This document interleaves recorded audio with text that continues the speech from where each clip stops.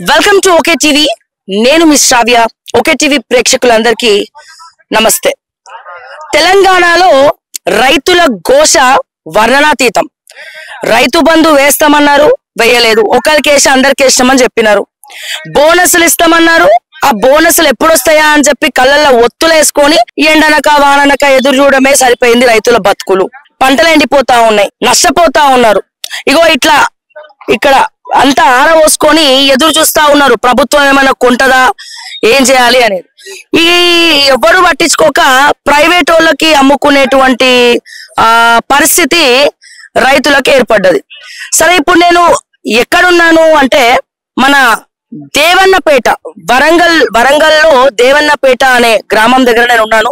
వెళ్తూ ఉంటే ఇక్కడ రైతులందరూ ఇక్కడంతా వడ్లు ఆరబోసుకొని కూర్చొని ఉన్నారు. సరే, ఎట్లా ఉంది రాష్ట్రంలో పరిస్థితి అని చెప్పి ఒక చర్చ పెడదాము రైతులతోటి. వాళ్ళ పరిస్థితి ఏందో వాళ్ళ మాటలన్నీ అడిగి తెలుసుకుందాం అన్న ఉద్దేశంతో ఇక్కడ వీళ్ళతోటి మాట్లాడే ప్రయత్నం చేస్తున్నాను. తెలుసుకుంటే వాళ్ళ బాధ వింటే కడుపు తరుక్కపోతోంది. ఎందుకంటే వాళ్ళ వేసినటువంటి పంట ఎంతైతే ఖర్చు అయిందో ఆ ఖర్చు అయిన డబ్బులు కూడా వీళ్ళకి రావట్లే. అంటే మొత్తం లాస్ లోనే ఉందన్నమాట. అంటే రైతన్న పేరు చెప్పుకొని జై జవాన్ అంటాం, జై కిసాన్ అంటాం. దేశవ్యాప్తంగా ప్రపంచ దేశాలకు బియ్యం పంపిస్తామంటారు, అన్ని పంపిస్తామంటారు. క్వింటాలు సివిల్ సప్లైస్ కింద వెనకాల స్కాములు చేసి ఈ మిల్లర్లతోటి కుమ్మకే వెనకాలకెళ్ళి అమ్ముకుంటారు. మరి మట్టిని నమ్ముకున్నటువంటి రైతుకు ఆ మట్టే మిగిలిందా అనే ప్రశ్న ఎదురవుతా ఉంటే నిజంగా చాలా బాధ అనిపిస్తా ఉంది. ఒకసారి వాళ్ళ బాధ ఏంటి అనేది వాళ్ళనే మనం అడిగి తెలుసుకుందాము. అన్న నమస్తే. ఎలా ఉన్నారు? బాగున్నామక్క. ఏంది పరిస్థితి? ఇదంతా దేనికోసం ఇదంతా ఇట్లా ఆరబోసుకున్నారు? వాళ్ళు ఎవరు లేరు ఇక్కడ మా దగ్గర. మాది అసంపర్తి మండలం దేవన్నపేట గ్రామం. మేము కౌలు రైతులు, మాకు భూములు అంటే ఏమీ లేవు. ఇక్కడ మేము కౌలు రైతులము. కోసి 20 రోజులు అయితే పంట కోసి ఐకేఎఫ్ వస్తారు, గవర్నమెంట్ కొంటా అని చెప్పి అన్నారు. వాళ్ళు వచ్చినప్పుడు చిన్న బస్తాలు ఇచ్చి 4 కిలోలు తీస్తాను. ఇక్కడ 2 కిలోలు, మిల్లులో 2 కిలోలు, తాలో మట్టో మాలో అని చెప్పి 1 కిలో తీస్తాను. 40 కిలోల బస్తాకు 5 కిలోల వడ్లు తీస్తాను. అట్లా అమ్మదని పోతున్నామో బోనస్ అని చెప్పిన బోనస్ వస్తలేదు. ఇప్పటి వరకు ప్రస్తుతం మాకు ఈ రోజు వరకు 20 రోజులు అవుతుంది. గవర్నమెంట్ నుంచి ఏ బస్తాలు రాలే. ఐకేఎఫ్ సెంటర్ కూడా మామూలుగా ఓపెనింగ్ అంటారు కానీ ఓపెనింగ్ చేసే వాళ్ళు ఇక్కడ ఎవరు లేరు. సొసైటీ డైరెక్టర్ చైర్మన్ కూడా సహకరిస్తాను కానీ గవర్నమెంట్ ఇచ్చలేదు మాకు సహకరించేటట్టు ఇక్కడ ఏం లేదు. గవర్నమెంట్ కొనుక్కుంటలేదా మీ దగ్గర? కొనుక్కుంటలేదు అన్నమాట. ఇప్పుడు వాస్తవానికి అయితే ప్రస్తుతం కొనుక్కుంటా అని చెప్పి అన్నారు కానీ లారీలు పెడతలేరు, ఏం పెడతలేరు. ట్రాలీ కిరే మాదే అంటారు, అమ్మాలి మాదే అంటారు, 5 కిలోలు కట్టింగ్ అంటారు. ఈ దిక్కు లేదు అని చెప్పాను, ఏ దిక్కు లేదు అని చెప్పాను. వర్షానికి ఇబ్బంది అవుతుందని చెప్పి ప్రైవేట్ అమ్ముదామంటే ప్రైవేటు 21,100కు 22,000కు కింటారని వాళ్ళు అంటారు.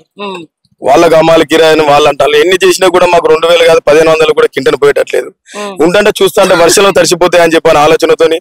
అటు కౌలు కట్టాలి, ఇటు ఎండపోయాలి, ఇటు వానకు తడవాలి. బాధతో ఇటు భరించలేక మేము నష్టమో లాభం అని ప్రైవేట్ గా అమ్మాలన్నా మాకు గుండె బాధ అనిపిస్తుంది. గవర్నమెంట్ కి వెళ్ళాలన్నా కూడా ఇంకా బాధాకరంగా ఉన్నది. ఎటు చేయలేక ఎటు అమ్మది అలా ఆలోచన లేకుండా కొందరు ఆపుకున్నాం, కొందరు అమ్ముకుంటారు.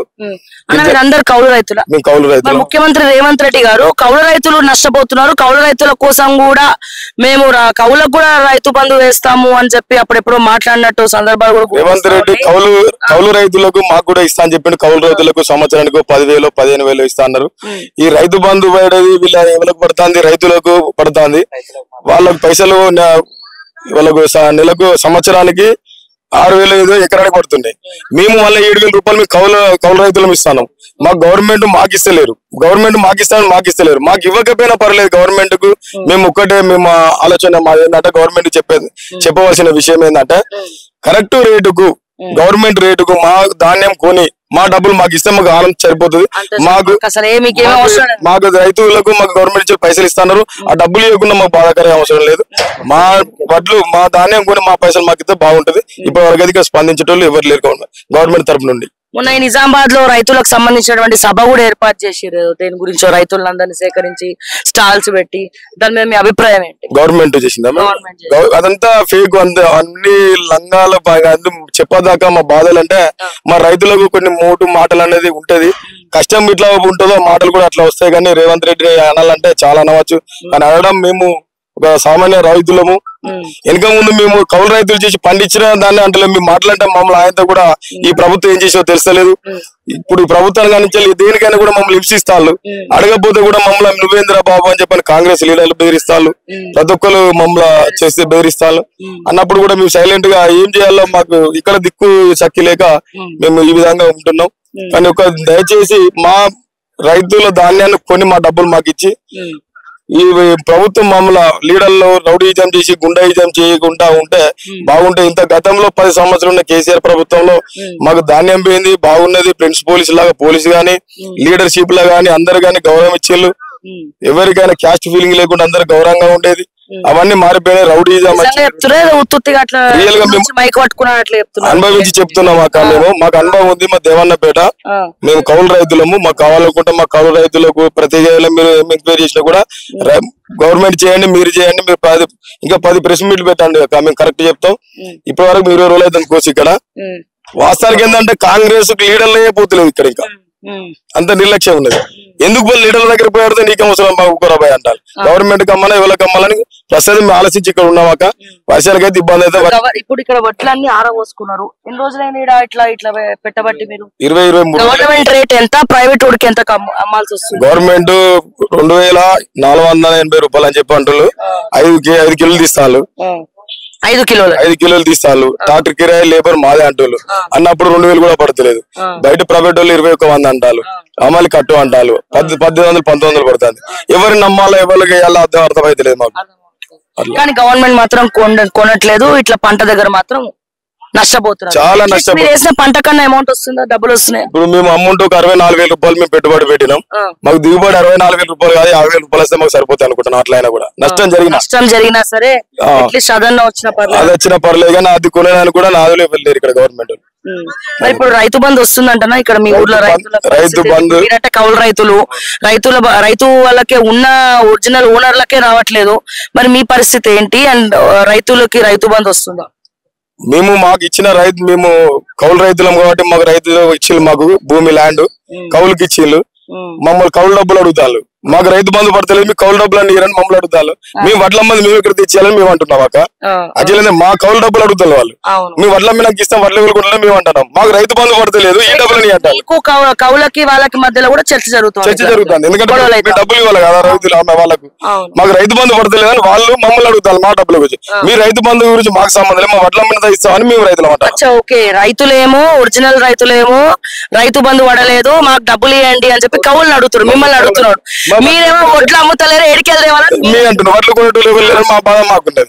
వాళ్ళకేమి వాళ్ళ మేము ఇక్కడ బతకాలని మా ఆలోచన. మరి ఇప్పుడు ఏంది పరిస్థితి ప్రస్తుతం? ఎట్లా అనిపిస్తుంది? అధికార పార్టీ కాంగ్రెస్ పార్టీ ఎట్లా అనిపిస్తుంది? ఎందుకంటే రెస్పాండ్ అవుతున్నారా? మీరు వెళ్ళి ఎమ్మెల్యేలకు మీ బాధ చెప్పుకుంటున్నారా? మరి ఇట్లా ఉంది పరిస్థితి. ప్రస్తుతం అయితే ఎమ్మెల్యే దగ్గరికి పోయి చెప్పుకున్నా కూడా చేసే పరిస్థితి లేక ఎవరి దగ్గరికి మేము పోతలేము. మేమేం చేయాలో అటు మధ్యలో ఇక్కడ మేము కుమిలిపోతున్నాం మేడం ఇప్పటి వరకు అయితే ప్రస్తుతం. మరి ఇది ఎన్ని రోజులు ఉంటారు ఇట్లా ఎండలో ఇవన్నీ వేసుకొని?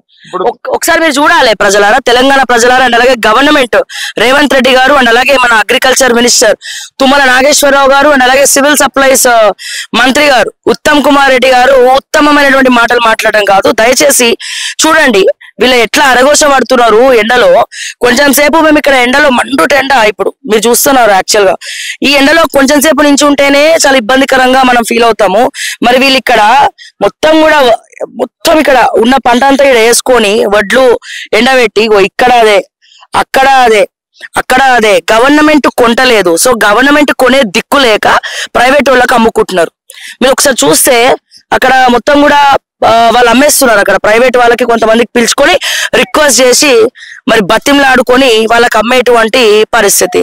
అంటే గవర్నమెంట్ ఎందుకు ప్రైవేట్ తో పోల్చుకుంటే గవర్నమెంట్ లో అట్లీస్ట్ కొంచెం ఎక్కువ డబ్బులన్నా మిగులుతాయన్న ఆశ. కానీ గవర్నమెంట్ కొనుక్కోకపోతే మళ్ళీ ప్రైవేటే దిక్కు కదా. మరి ఇలా ప్రభుత్వం చేసేది ఏముంది? మీరు బోనస్ చేసేది ఏముంది? రైతులకు రైతు బంధు ఇస్తామన్నారు, రైతు భరోసా ఇస్తామన్నారు, బోనస్లు ఇస్తామన్నారు.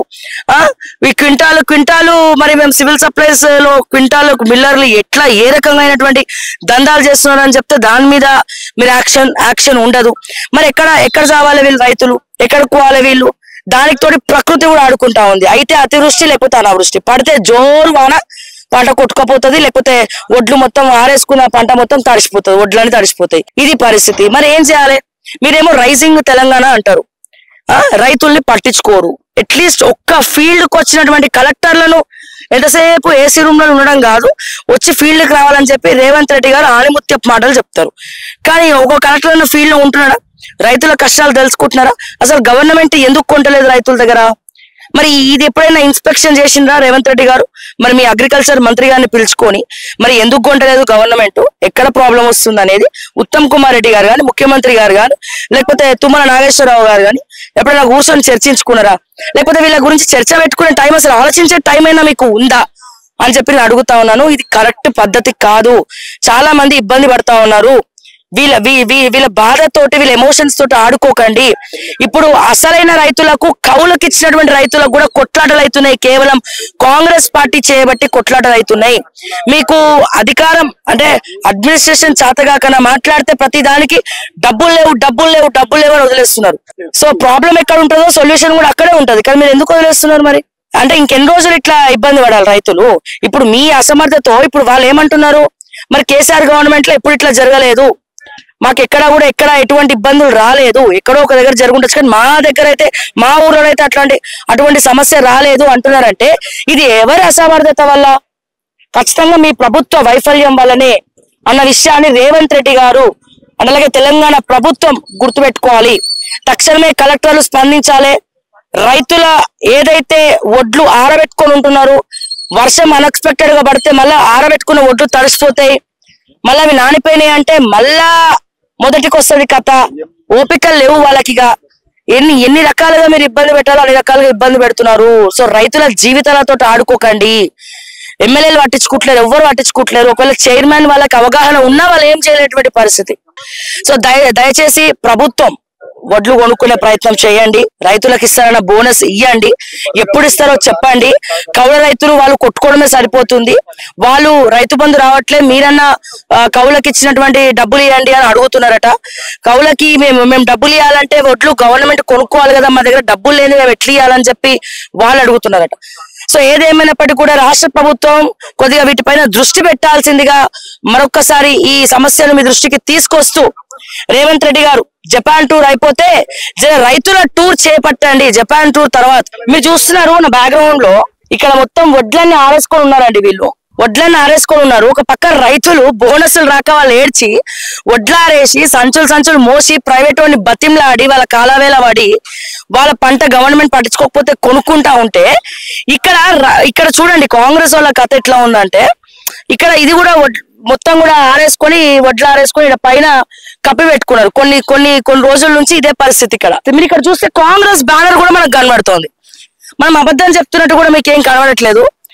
ఈ కాంగ్రెస్ ఫ్లెక్సీనే కాంగ్రెస్ పార్టీ యొక్క బ్యానర్ లో ఉన్న ఫోటోలని మడత పెట్టి ఇట్లా క్లోజ్ చేసుకొని దీని మీద కూర్చొని వడ్ల మీద ఆరేసుకున్న వడ్లని మీద కూర్చొని రాత్రి పూటలు వచ్చి అవుతున్నారంటే మరి ఏ రకమైనటువంటి పరిపాలన మీరు అందిస్తున్నారు అనేది దయచేసి రేవంత్ రెడ్డి గారు మీ దృష్టికి తీసుకొస్తా ఉన్నాం.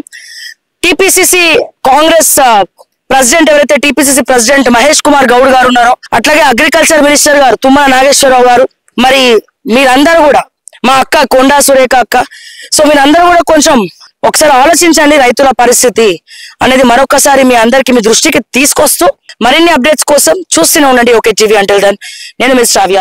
జై తెలంగాణ, జై హింద్.